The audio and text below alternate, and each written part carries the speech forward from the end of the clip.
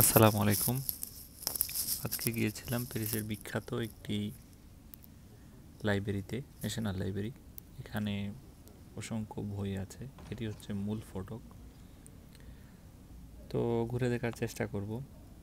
লাইব্রেরিটার মূল যে দরজা আছে এর পাশেই একজন বসা থাকে। তো আশপাশে লাইব্রেরি ভ্রমণ করতে আপনাকে কোনো টাকা দিতে হবে না, কিন্তু মিউজিয়াম ভ্রমণ করতে আপনাকে 10 ইউরো পে করতে হবে। তো প্রথমেই আমি পে করার পর এখানে আসি। আসার পরে এটি হচ্ছে একটি রোমান সভ্যতার একটি মূর্তি এবং প্রাচীন অনেক আসবাবপত্র আছে এখানে। গহনা, আসবাবপত্র, থালা বাসন এগুলো আছে এখানে। তো সবগুলো ভিডিও করা, দেখা এবং মানে সম্ভব হয় নাই আমার। আর অনেক কিছু আগে থেকে আমি চিনি না, তারপরে যতদূর সম্ভব চেষ্টা করলাম এগুলো ভিডিও কাভারে আনার জন্য। এখানে বেশ কিছু থালা বাসন দেখতেছেন, এগুলো অধিকাংশ ইউরোপিয়ান বিভিন্ন অঞ্চলের। এখানে মিশরীয় কিছু জিনিসপত্র আছে, তারপর গ্রিক, অধিকাংশ গ্রিক, বিভিন্ন দেশ থেকে তারা সংরক্ষণ করছে। তারপর পাশে একটি, এটা হয়তো ভিডিওতে আসে নাই বা আমি করতে ভুলে গেছি, ছবি তুলছে এটার। এখানে মিশরীয় কিছু মুখোশ দেখতে পাচ্ছেন।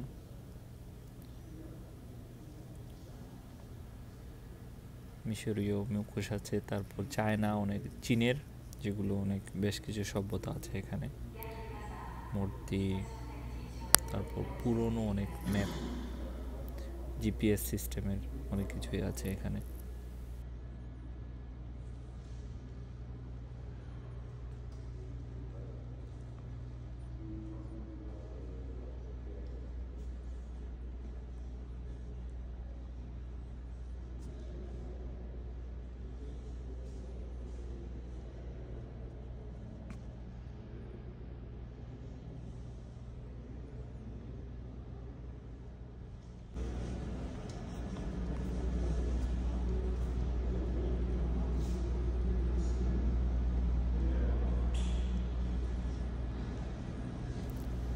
এই মূর্তিগুলো অনেক সুন্দর ছিল, কিন্তু আমার সময় কম থাকার কারণে আমি ভিডিওগুলো করতে পারিনি। আর পাশের ওই কোনোতে একটা আলমারি দেখতে পাচ্ছেন, এটি প্রাচীন, প্রায় 1400 মানে 1300 বছর আগের একটি আলমারি। এটা চীন থেকে আনা, চীনের যে আলমারিগুলো সেগুলো। আর এখানে অনেক পুস্তলিপি আছে যেগুলো অনেক আদিকালের, প্রায় হাজারের নিচে না, সবগুলো 1000 বছরের আগে।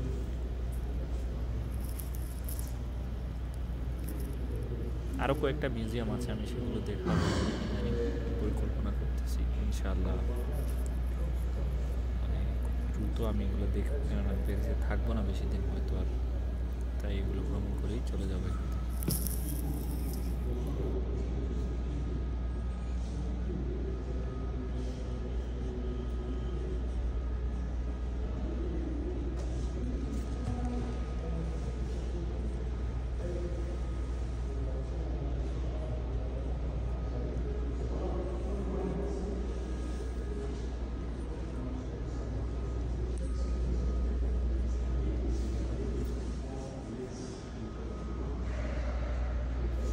এই আলমারির কথা বলতেছিলাম আপনাদেরকে, এটি হচ্ছে চীনের একটি আলমারি তৈরি, অনেক পুরাতন। এগুলো হচ্ছে গ্রিক গহনা, যারা পুরাতন রাজা বাদশার রানীরা এগুলো পড়তেন। তারপর আফ্রিকারও কিছু গহনা আছে এখানে, আফ্রিকার বিভিন্ন দেশের গানা, তারপর সেনেগাল, এগুলোতে এইসব দেশ থেকে ওনারা সংগ্রহ করছেন। তারপর অনেক মূল্যবান এবং খুবই প্রাচীন।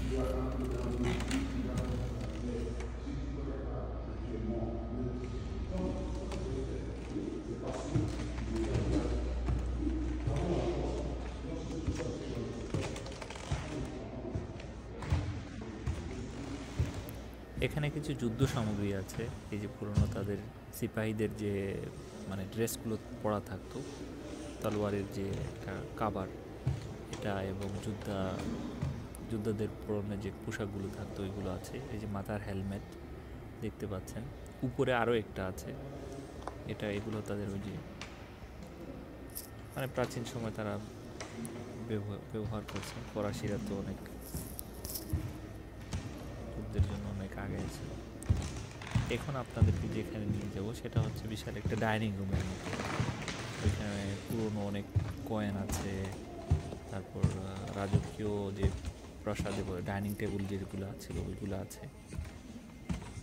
তো এখানে বসে বসে সবাই এখানে বেশ কিছু কয়েন আমি দেখাতে পারবো, যেগুলো প্রাচীন, অনেক প্রাচীন মুদ্রা। এই যে বিভিন্ন দেখতে পাচ্ছেন, ভিডিও করতে ভুলে গেছিলাম, নতুন ভিডিও করছি, কিছুটা মিস্টেক হচ্ছে আমার। আমি আগামীতে এগুলো আরও ভালোভাবে করে নেওয়ার চেষ্টা করব। দেখতেই পাচ্ছেন এগুলো খুবই প্রাচীন, 1300-1400 বছর আগের, 1000, 1800, তারপর 800, এরকম এত বছর আগের এগুলো বেশ কিছু মানে মুদ্রা আছে তাদের কাছে, স্বর্ণ মুদ্রা। তারপর এখানে আরেকটা ফর্মা যাকে বলে আর কি, ম্যাপের মতো, যেখানে মুদ্রা বানানো হতো আর কি, স্বর্ণ কয়েন বানানো হতো, এরকম একটা ছিল। ওইটা আমি ছবি তুলতে হয়তো মনে ছিল না বা দেখিও নাই। এটা সবচেয়ে সুন্দর, অনেকগুলো আর্ট ছিল তাদের এখানে, বা ধরেন বিভিন্ন এগুলোতে এরিয়া দিয়ে রাখছে যাতে মানুষজন ঢুকতে না পারে, অনেক আর্ট ছিল। আমার কাছে ভালোই লাগছে এই ভিজিটটা, খারাপ ছিল না, খুবই সুন্দর একটি জায়গা।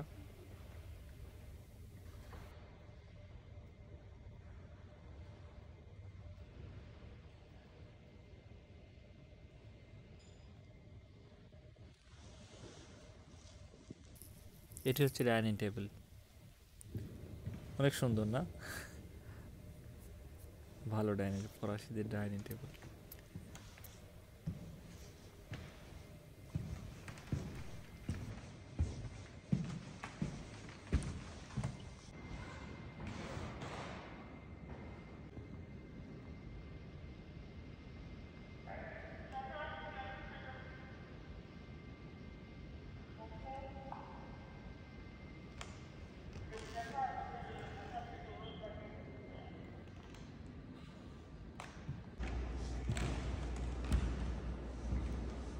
এখন যেখানে নিয়ে আসছি সেটা আরও সুন্দর, বিভিন্ন জিনিস আফ্রিকা থেকে আনছে তারা, বা ধরুন অন্যান্য জায়গা থেকে আনছে, অনেক সুন্দর সুন্দর ভাস্কর্য, তারপর বই, পুরানো ম্যাপ, সঙ্গীতে, তারপর গানের বিভিন্ন বই, এগুলো এখানে আছে এই মিউজিয়াম।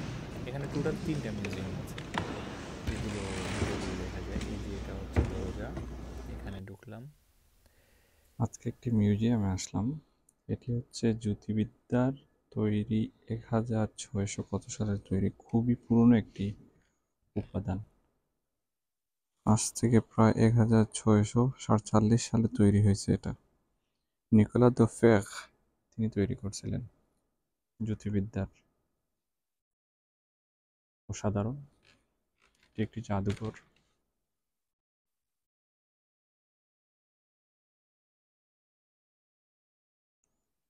আসলে অত্যন্ত সুন্দর, অনেক পুরনো বইগুলো।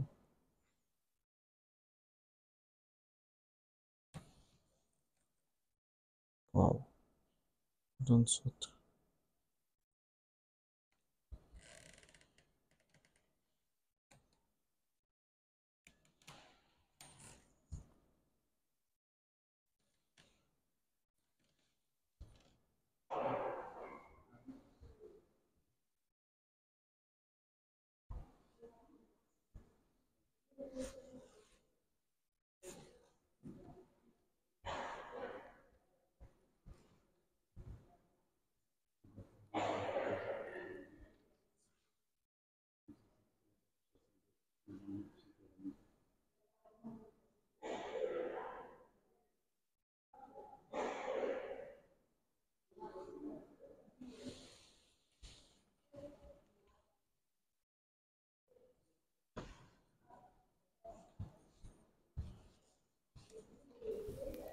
যারা সঙ্গীত শিল্পী আছেন তারা হয়তো ওই বইগুলো বুঝতে পারবেন, অনেক আগের নকশা করা কিছু মানে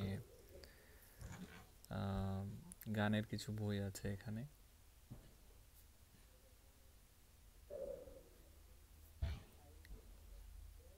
এই যে একটি দেখছেন, এই যে খুবই প্রাচীন একটি ম্যাপ, এটি হচ্ছে ব্যালকনির সাইডে, ওইখানে যে কিছু জায়গা আছে সেখান থেকে আমি বের হয়েছিলাম, তারপরে এই ভিডিওটা করলাম।